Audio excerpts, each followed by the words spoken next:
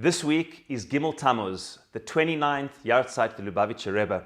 And although I haven't had the privilege of growing up and being part of the Lubavitch movement, anyone and everyone who appreciates greatness and appreciates the impact that a leader and a movement can have in Jewish life has to not only admire, but stand back and be able to learn so much from the incredible legacy of the Rebbe and the Lubavitch movement. And one of the biographies about the Lubavitcher Rebbe was written by Rabbi Joseph Telushkin, himself not a Lubavitcher, and gave him an amazing opportunity to look from the outside in, and wrote the beautiful book, The Rebbe, about the life and the teachings of the Lubavitcher Rebbe. There's so much to say about the Rebbe's greatness, but I want to focus just on one element, and that is optimism. The way the Rebbe spoke and the way the Rebbe viewed the world. The Lubavitcher Rebbe famously never used the word Beit Cholim. He says you don't call a hospital a place of the sick. He says you call it a Beit Rafua, a place of healing. So much so that Telushkin writes that in the time when he was speaking to his mother, she said people with terminal illnesses were in hospitals in New York City, not that long ago, called the homes of the incurable.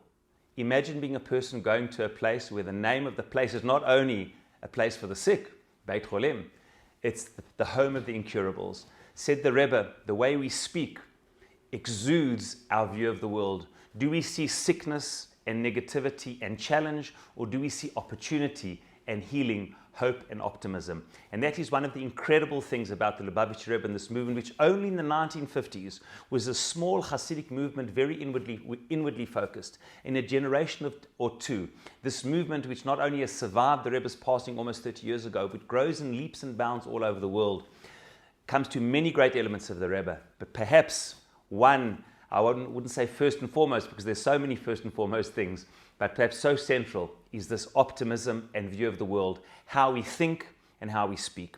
And when we view the world as something that can be changed, when you view our situation not only as challenge, but the opportunities to change with hope, with optimism, with belief in people, with belief in Jewish destiny, with belief that the future can and should be better.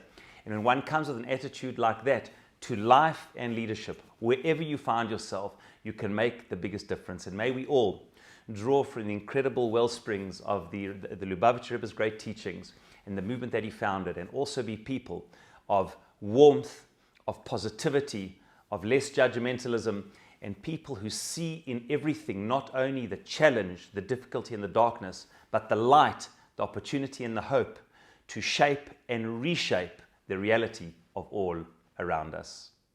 Shabbat Shalom.